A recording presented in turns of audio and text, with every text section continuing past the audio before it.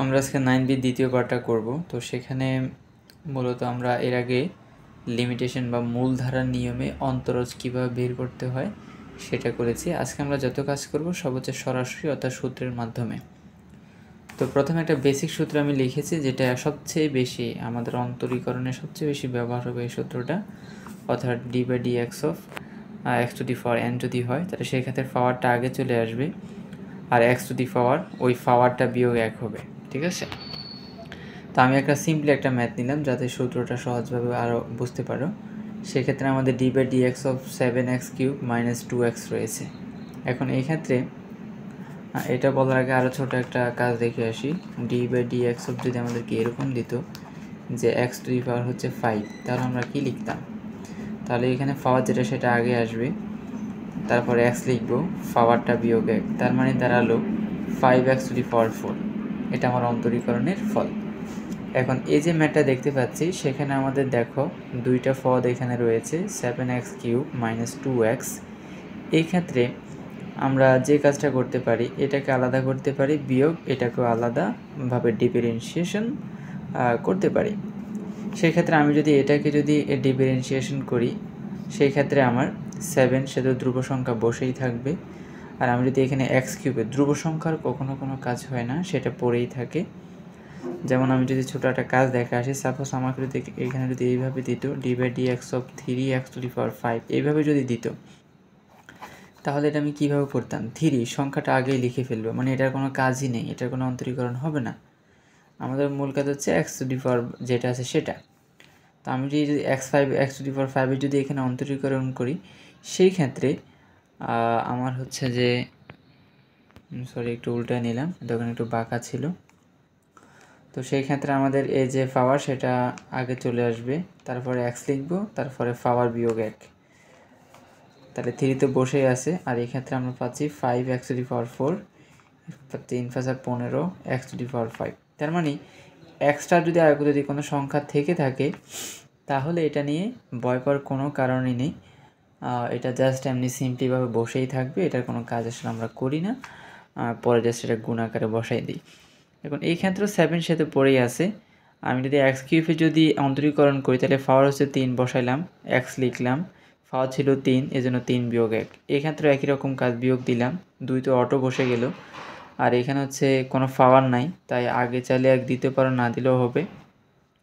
এরপর তুমি x লিখছো, পাওয়ার হচ্ছে 1 বিয়োগ 1, তাহলে আলটিমেটলি আমি যদি পরবর্তী লাইনে কাজ করি, এখানে আমি পাচ্ছি 7 3, আর এখানে কাজ করলে x² হয়, আর এখানে 2 1 1, আর এক্সের যদি তুমি কাজ করো 1 থেকে 1 গেলে 0, আর এক্সের পাওয়ার 0 মানে এটার মান হচ্ছে আসলে আলটিমেটলি 1। তাহলে এখানে টোটাল কাজ করে আমরা এখন পাচ্ছি 3 7 21 x² - 2। এই হচ্ছে কাজ। তো এটা খুবই সিম্পলি কাজ। আশা করি এই সূত্রটা যদি সঠিক ব্যবহার করতে পারো, এই সূত্রের কাজ বারবার সবচেয়ে বেশি ইউজ হওয়ার সূত্র হচ্ছে এটা, এবং জীবন এটা করবা। মানে এখন থেকে মনে করে এই সূত্রের কাজ শুরু হয়েছে, যতদিন পড়ালেখা করবা ততদিন এই সূত্র দেখবা। এখন আসি, আমরা আরও একটি প্রবলেম দেখি। আর আসলে প্রবলেম সলভের মাধ্যমেই সূত্রগুলো আরও বেশি চর্চা হবে। বারবার বলতেছি, প্রবলেম সলভের মাধ্যমেই সূত্রগুলো সবচেয়ে বেশি চর্চা করা হবে। এক্ষেত্রে আমি যদি d/dx অফ এটার কাজ করি, এখন এই যে আমাদের ফাংশনটা রয়েছে, এটা দেখে কেমন মনে হচ্ছে না যে এটা দেখুন সিম্পলিভাবে সাজানো ছিল, আমরা কাজ করে ফেলেছি। তো এখানে আমাদের কাজটা কি আগে একটু সাজিয়ে আনতে হবে। আনাটা কীরকম, যে x³ - x to the power 7 / √x। তো √x দ্বারা আমি একেও মানে উপরে দুইটা পদকে ভাগ করে নিলাম। দেখো যে √x মানে হচ্ছে যে x টু দি পাওয়ার 1/2, এটা দ্বারা আমি উভয় অংশকে ভাগ করলাম বা বন্টন করলাম। করার পরে আমাদের এখানে যে রাশিটা তৈরি হয়েছে, এখানে হচ্ছে x³ x টু দি পাওয়ার 1/2। তো আমি যদি হোল x মানে একসাথে যদি x করতে যাই, মানে যদি সূচকের কাজ করি, এক কথায় বাংলায় বলি, তাহলে সেই ক্ষেত্রে এখানে 3 বিয়োগ 1/2 মানে 3 বিয়োগ হাফ অর্থাৎ 5/2, এখানে 7 বিয়োগ হাফ অর্থাৎ 13/2, এরকম হয়েছে। সূচকের কাজ আশা করি জানো। এরপরে আমরা এখানে কাজ করেছি, এখানে কাজ করেছি। কখনোই এটাকে চাইলে আলাদা করতে পারো, আবার চাইলে হচ্ছে যে এটাকে একসাথেও করে ফেলতে পারো। মানে আমি প্রথমে এটাকে অন্তরীকরণ করলাম মাইনাস দিয়ে, তারপর এটাকে অন্তরীকরণ করলাম। অথবা d/dx অফ এই অংশ লিখতে পারো, -d/dx অফ এই অংশ লিখতে পারো, মানে আলাদা আলাদা কাজ করতে পারো, একই রকম কথা। মানে একটা লাইন করি নাই, আস্তে আস্তে দেখবে যে আরও ছোটো করে ফেলতেছি, সরাসরি দেখবে যে এই লাইন থেকে এই লাইনে চলে গেছি, দেন হচ্ছে যে এই লাইন থেকে এই লাইনে চলে গেছি, অর্থাৎ 3 লাইনে ম্যাথ শেষ করে দিয়েছি। তো কিন্তু এখন একটু যখন প্রথম যেহেতু কাজ করতেছে, একটু ভেঙে ভেঙে করার চেষ্টা করো, যাতে করে সূত্রগুলো একটু প্রপারলি শেখা হয়। এখন এই ক্ষেত্রে আমরা যদি এই অংশে কাজ যদি করি, অন্তরীকরণ করি, তাহলে সেক্ষেত্রে পাওয়ার কত, কোনো সংখ্যা তো আগে নাই, আগে কিছু লেখার দরকারও নেই। আমার পাওয়ার হচ্ছে 5/2, লিখলাম 5/2 ডট এক্স, পাওয়ার হচ্ছে 5/2 বিয়োগ 1। এখানে একই রকম কথা, আগে কোনো সংখ্যা নেই, তাহলে বেঁচে গেলাম। এখানে পাওয়ার হচ্ছে যে 13/2, লিখলাম ডট এক্স পাওয়ার -1, অর্থাৎ 13/2 - 1। এরপর জাস্ট এখানে কাজগুলি করলাম, মানে যোগ বিয়োগ যেভাবে আছে সেভাবে কাজগুলো করে আমাদের টোটাল সলিউশনটা হয়ে গেল। এটা হচ্ছে 2 এর ম্যাথগুলোকে বলা হয়েছে যে এক্স সাপেক্ষে অন্তরীকরণ করতে, এবং 4 ম্যাথগুলোকে বলা হয়েছে যে নিজ নিজ চলক সাপেক্ষে হচ্ছে যে অন্তরীকরণ করার জন্য। এটার মানে কি? এটার মানে হচ্ছে যেমন আমার এখানে এক্স ছিল বলে আমি এক্সের সাপেক্ষে অন্তরীকরণ করছি, কিন্তু এখানে কি এক্স আছে? এক্স না, এখানে আছে ওয়াই, অর্থাৎ y³ + 1/y³। এটাকে যদি অন্তরীকরণ করতে চাই, আমি কি d/dx লিখবো? এখানে তো এক্সই নেই। এই যে d/dx লেখা, এই কথাটার মানে কি? এটা একটা অপারেটর। এখন এই যে d/dx, এটার মিনিংটা আসলে কি? এটার মিনিংটা হচ্ছে যে আমি এক্সের সাপেক্ষে কোনো কিছুর অন্তরীকরণ বা অন্তরজ করতেছি, ঠিক আছে? তো এখানে কিন্তু আমার ওয়াই আছে, এক্স নাই, তাই সেই জন্য আমরা d/dy লিখেছি, এবং তারপরে রাশিটা বা ফাংশনটা লিখে দেওয়া হয়েছে। তো এখানেও যার পার্থক্য হয়েছে, ওখানে আমাদের এক্স ছিল, এখানে হচ্ছে ওয়াই। তো সমস্যা তো নাই, আমার এক্স হবে, পি হবে, জেড হবে, এম হবে, যাই আছে তাই হোক, সমস্যা নাই, একই রকম কাজ। তো এই একই রকম এখানেও করে নিবা। পাওয়ার 3 লিখলাম, ওয়াই 3 বিয়োগ, দেখো এখানে আমি আরও ছোটো করে ফেলেছি, মানে 3 বিয়োগ 1ও লিখি না, সরাসরি 2 থেকে 1 গেলে 3 থেকে 1 গেলে 2 হয় লিখে ফেলেছি, ঠিক আছে? তাহলে পাওয়ার লিখলাম ওয়াই পাওয়ার বিয়োগ 1, অর্থাৎ 3 বিয়োগ 1 মানে 2। এরপর দেখো এখানে আমার পাওয়ার আছে -3, এই জন্য প্লাস মাইনাসে -3 বসাই দিলাম, ওয়াই। এরপর হচ্ছে পাওয়ার বিয়োগ 1, পাওয়ার হচ্ছে -3 বিয়োগ 1, তাহলে -3 - 1 মানে কত হবে? -4 হবে। আলটিমেট সলিউশনে এটা, মানে এটাকে চাইলে 3/y⁴ এই আকারেও লেখা যায়। এরপর দেখো আমাদের এই যে প্রবলেমটা, এখানে আমাদের হচ্ছে যে log ax আসছে, এটা আমাদের নতুন কাজ শুরু হয়েছে বলতে পারো। তো সেই ক্ষেত্রে আমি এটাকে আলাদা করব, এটাকে আলাদা করে ডিফারেনশিয়ালের কাজ করব। তো আমি যদি এই অংশ জুড়ে ডিফারেনশিয়ালের কাজ করি, এখানে আমার ধ্রুব সংখ্যা হচ্ছে a, বা সরাসরিও কাজ করে ফেলতে পারবা, যে আমি সরাসরি লিখবো a × 4x³ এভাবেও লিখে ফেলতে পারবে, মানে সরাসরি এই লাইনটা চলে আসতে পারবা, এখান থেকে সরাসরি এই লাইনে চলে আসতে পারবা, ডোন্ট ওয়ারি। বাট আমি একটু ভেঙে করেছি, কারণ আমার এখানে একটা ছোটো একটু কাজ আছে সেই জন্য। আমরা যেহেতু ধ্রুব সংখ্যা এটাকে আগে লিখলাম, d/dx অফ x⁴কে লিখলাম, বিয়োগ 4 হচ্ছে ধ্রুব সংখ্যা, লিখলাম d/dx অফ এই অংশকে লিখলাম। এখন এই অংশকে লেখার ক্ষেত্রে আমি একটা দেখো সূচকের একটা সূত্র অ্যাপ্লাই করে ফেলেছি, ঠিক আছে? সূত্রটা কি? দেখো এখানে আমার ছিল log ax, আমি লিখেছি log ex × log ax। তাহলে দেখো এখানেও ই আনছি, আর দেখো এখানেও ই আনছি, তার মানে এটা কিন্তু সূত্র। আমরা হচ্ছে কি বলে এটাকে, সূচকের 9 10 সূচকের অধ্যায়ে এই সূত্রটা দেখেছি। সেই ক্ষেত্রে আমাদের যেহেতু এখানে একবার ই আনছি, আবার এখানে একবার ভিত্তিতে ই আনছি, সেই ক্ষেত্রে আলটিমেটলি দুইটার গুণফল আসলে এটাকেই রিপ্রেজেন্ট করে। এখন এটা করার কারণটা হচ্ছে আমাদের যে a⁴x, এটার কোনো সূত্র আসলে নাই। a⁴ যে x আমরা বলতেছি, এটার আলটিমেটলি কোনো সূত্র নাই। এই log ex এর কোনো ax এর কোনো সূত্র নাই, log ex এর সূত্র আছে, ঠিক আছে? এই জন্য এই কাজটা করা। তো সেই ক্ষেত্রে আমাদের এই যে log এই দুটাই ধ্রুব, সেই ক্ষেত্রে ধ্রুবকটাকে আমরা আগে নিয়ে আসলাম। শুধুমাত্র এখানে ডিফারেনশিয়াল কার হয়েছে? এই অংশের ডিফারেনশিয়াল হয়েছে। 4 তো আগে থেকে ধ্রুবক, আর এই দুটো অংশের মধ্যে নতুন যে আমরা সূত্র অ্যাপ্লাই করে যে নতুন দুটো অংশ পাইছি, সেখানে এটা হচ্ছে ধ্রুবক, লিখে ফেললাম।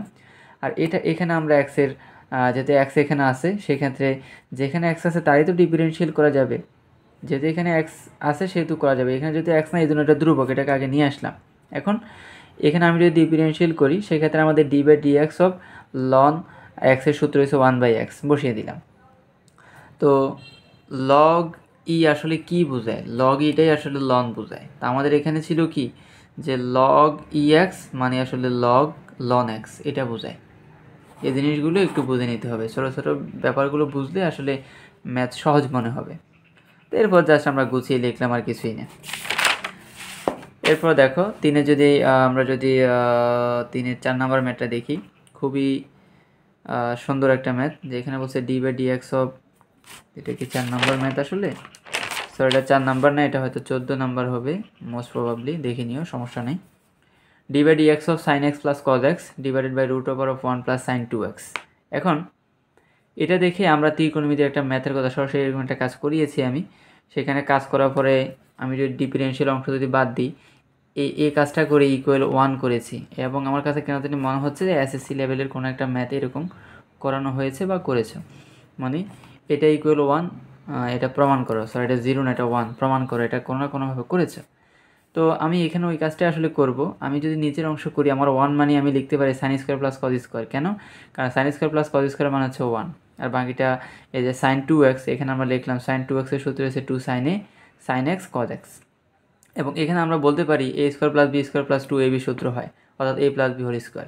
স্কোয়ার রুটে কাটা, তাহলে আমার এখানে পাচ্ছি sine x plus cos X, যেটা উপরেও ছিল, কাটাকাটি করলে পাচ্ছি এটা 1। তো 1 কি? 1 হচ্ছে একটা ধ্রুব সংখ্যা বা কনস্ট্যান্ট, আর কনস্ট্যান্টের যদি কোনো ডিফারেন্সিয়াল করা হয়, দেখো আমি এক্স সাপেক্ষে ডিফারেন্সিয়াল করতেছি, কিন্তু এখানে কি এক্স আছে? নাই, তার মানে তার মান 0। অর্থাৎ ধ্রুব সংখ্যার যদি ডিফারেন্সিয়াল করা হয় তাহলে সেটা 0 হয়। এরপর আসো আমরা 4 ম্যাথে যাওয়ার আগে, 4 ম্যাথ সম্পূর্ণ এই সূত্র দিয়ে করা হয়েছে, অর্থাৎ d by d x of u v যখন যখন এরকম অংশ আসবে, সেই ক্ষেত্রে প্রথম অংশ ইন্টু দ্বিতীয় অংশের ডিফারেন্সিয়াল প্লাস দ্বিতীয় অংশ ইন্টু প্রথম অংশের ডিফারেন্সিয়াল। আমরা সরাসরি কাজে চলে যাই, তাহলে সেক্ষেত্রে আরও ভালো বোঝা যাবে। যেমন এখানে আছে এক্স স্কোয়ার লন এক্স, তাহলে এটা একটা অংশ, এটা একটা অংশ, দুইটা পার্ট এখানে। তো সেই ক্ষেত্রে আমরা প্রথম অংশ লিখব আর দ্বিতীয় অংশ ডিফারেন্সিয়াল করব, অর্থাৎ x square d by d x of ln x plus আমরা দ্বিতীয় অংশ লিখব, প্রথম অংশের ডিফারেন্সিয়াল করব। তাহলে সূত্রটা কি? প্রথম অংশ ইন্টু দ্বিতীয় অংশের ডিফারেন্সিয়াল প্লাস দ্বিতীয় অংশ ইন্টু প্রথম অংশের ডিফারেন্সিয়াল, সহজ সূত্র। তাহলে আমাদের সাজানো হয়েছে, ইটস ওকে। নাও আমরা এখানে কাজ করতে পারি, এক্স স্কোয়ার পড়ে আছে আর লন এক্স, এটা ছিল লন এক্সের ডিফারেন্সিয়াল করলে মানাসো 1/x, লন এক্স পড়ে আছে, এক্স স্কোয়ার ডিফারেন্সিয়াল করলে এখানে পাচ্ছে 2x, যা সাজিয়ে লিখলেই চলে আসে। এরপর দেখো আরও একটা ম্যাথ আমরা দেখতে পাচ্ছি। এই ম্যাথটা একটা বিভ্রান্তিদায়ক একটা ম্যাথ, মানে বিভ্রান্ত করার মতো একটা ম্যাথ। তো এখানে বিভ্রান্ত কেন? অনেকে মনে করবে যে 5 তো ধ্রুব সংখ্যা বাদ দিলাম, এখানে আমাদের 3টা পার্ট, ই টু দি পাওয়ার একটা এক্স একটা পার্ট, লন এ ই এটা একটা পার্ট, লন এক্স একটা পার্ট। বাট প্রকৃতপক্ষে এটা তো এরকম ধ্রুব একটা অংশ, ঠিক এটাও একটা ধ্রুব একটা অংশ, ঠিক আছে। সেই জন্য আমরা এর 5 লগ এ ই এটাকে এক পাশে নিয়ে আসলাম, কারণ এখানে তো কোনো এক্সই নেই, সে তো আমার কোনোভাবেই এটা চলক যুক্ত অংশ হতে পারে না। তাহলে আমার চলকযুক্ত অংশ হচ্ছে ই টু দি পাওয়ার এক্স এবং হচ্ছে লন এক্স। তাহলে আমরা চলক যেগুলো আমাদের ধ্রুব ছিল এটাকে আলাদা করে বাকি অংশ আমরা ইউবি সূত্রে অ্যাপ্লাই করলাম। এটা আশা করি এখন বোঝাতে হবে না। তাও আমি একটু, যেহেতু ই এক্সের সূত্র আছে সেটা একটু আবার নতুন করে সূত্র বলে দিই। মনে রাখবা D to the power D x of E to the power এক্সের সূত্র অলওয়েজ ই টু দি পাওয়ার এক্সই হয়। তো সূত্রগুলো একটু ভালো করে, যে সূত্রগুলো আসতেছে কীভাবে আসতেছে সূত্রগুলো একটু চর্চা করা, ম্যাথ করতে করতে, আবারও বলতেছি ম্যাথ করতে করতে সূত্রগুলো চর্চা হবে, মানে বারবার মনে করতে হবে। এখন এই ক্ষেত্রে আমাদের প্রথম অংশ ইন্টু দ্বিতীয় অংশের ডিফারেন্সিয়াল প্লাস দ্বিতীয় অংশ ইন্টু প্রথম অংশের ডিফারেন্সিয়াল, এটা প্রথম অংশ, এটা দ্বিতীয় অংশ। তো সেক্ষেত্রে আমার ই টু দি পাওয়ার এক্স আমি লিখলাম, লন এক্সের ডিফারেন্সিয়াল করলে 1/x, লন এক্স রাখলাম, ই টু দি পাওয়ার এক্সের ডিফারেন্সিয়াল করলে ই টু দি পাওয়ার এক্সই হয়। এবং তারপর আমি এখানে যে কাজটা করলাম, এখানে ই টু দি পাওয়ার এক্স আছে, এখানে ই টু দি পাওয়ার এক্স আছে, E to the power X common নিলাম। বাট আর একটা কাজ করে দিলাম, যে আমি লগ এ ই দ্বারা আমি দুটো অংশকে আবার গুণও করে দিলাম। তাহলে ই এক্সে কমন নিলে ই এক্স এখান থেকে বাদ গেলো, এখান থেকে বাদ গেলো, কারণ এটাকে কমন নিয়ে নিলাম। আর লগ এ ইকে আমি গুণ করলাম বলে এটা এখানেও আসলো, এখানেও আসলো।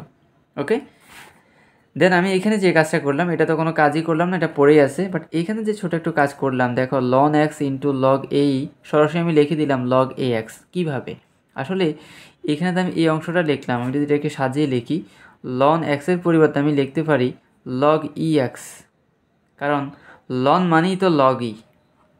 দেখো একটু আগে আমি ওই আগের পেজে আমি লিখে আসছি, ঠিক আছে, যে লগ ই আসলে লন বোঝায়, এটাই আসলে লন বোঝায়, লন, ঠিক আছে, এই অংশটাই আসলে লন বোঝায়।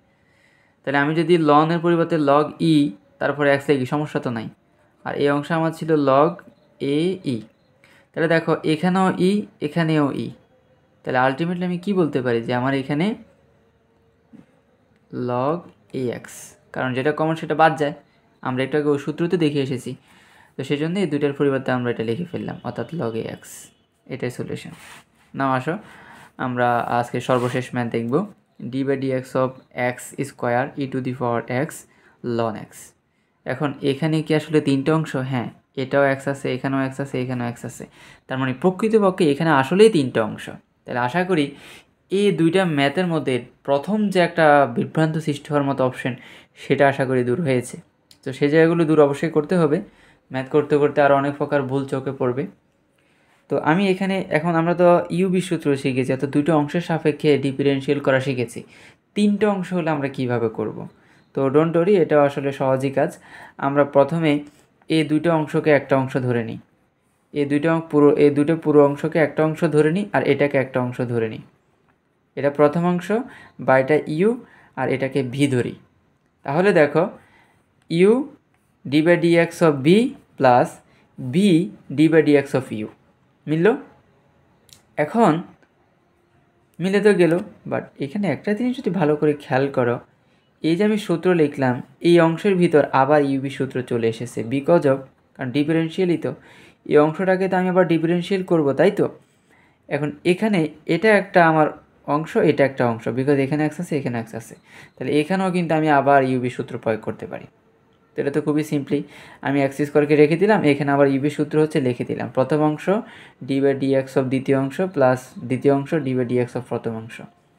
আর এখানে এটা তো কোনো কাজ না, মানে এটা আলাদা করে পড়ে আছে, ex ln x লিখলাম, আর x স্কোয়ারকে ডিফারেন্সিয়াল করে 2x পাচ্ছি। ঠিক আছে, তার মানে দেখো এখানে ইউবি সূত্রটা আমাকে দুইবার ব্যবহার করতে হলো। তো আশা করি কনফিউজড আর হতে হবে না। তো এরপরে কিছুই নেই, এরপর জাস্ট হচ্ছে আমরা এখানে ডিফারেন্সিয়াল করলাম, এখানে ডিফারেন্সিয়াল করলাম, করার পর এটাকে গুণ করে ব্র্যাকেট থেকে বের করলাম, সাজিয়ে লিখলাম বলতে x e⁻x সব জায়গায় আছে, এটাকে কমন নিলাম, এই আর কি। তো আজকে এই পর্যন্তই। আমি হচ্ছে যে এগুলোর পিক পাঠাবো না, বিকজ অফ পিক পাঠালে হয়তো আমার কেন জানি মনে হচ্ছে যে পিকগুলোই হয়তো তোলো, ম্যাথ মনে হচ্ছে যে ভিডিওগুলো হয়তো দেখো না। তো হয়তো দেখো, ওটা আমি কনফার্ম না, বাট আমি আজকে কোনো পাঠাবো না, ওটা পাঠানো কোনো বড় ব্যাপার নয়, এটা জাস্ট 1 মিনিটের কাজ।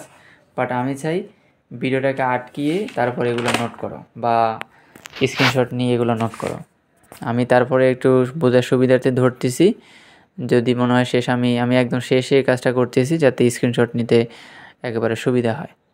এই যে আমি প্রথম পেজটা ধরলাম, স্ক্রিনশট নিতে পারো, এরপর দ্বিতীয় পেজটাকে ধরলাম, ওকে, নাও তৃতীয় পেজ, এবং নাও ফোর্থ পেজ। তো এ ছিল আজকের কাজ, একটু গতানুগতিক নিয়মে একটু ম্যাথগুলো করতে থাকো। আশা করি ওটা খুবই সহজ মনে হবে যদি ধারাবাহিকভাবে একটু কাজগুলো করতে পারো, করতে থাকো। এবং ম্যাথ ভুল হলে সমস্যা না, বাট নিজে নিজে অবশ্যই ট্রাই করবা। আর অবশ্যই প্রবলেম যদি কিছু থাকে এটাকে আমাকে ক্লাসের আগে বলে দিতে হবে।